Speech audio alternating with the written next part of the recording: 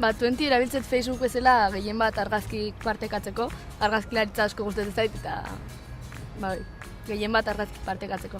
Lagunakin taulare bai hitz egitez, baino gehien bat lagunakin hitz egiteko gehiago erabiltzet WhatsApp. Ba, lagunekin gelditzeko eta argazki igotzeko. Erabiltza Gmaila.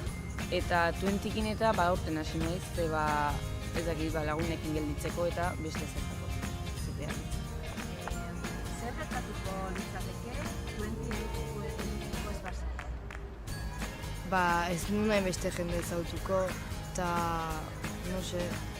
lagunakin gutxo hitzik, bai. WhatsAppetik hitz egiteko, baina 20a diferente.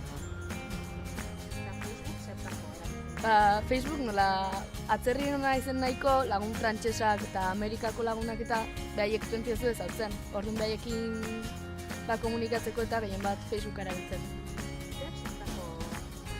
Ba, Twitter tresna interesgarria iritsi zait, gaur egungo albistetaz eta kontutaz enteatzeko asko balio dut. Ikusten duzu, erabateko zentzua du. Sozialak gara izanez, alaxe erakusten du sareon erabilerak. Komunikatzeko, partekatzeko beharra daukagu.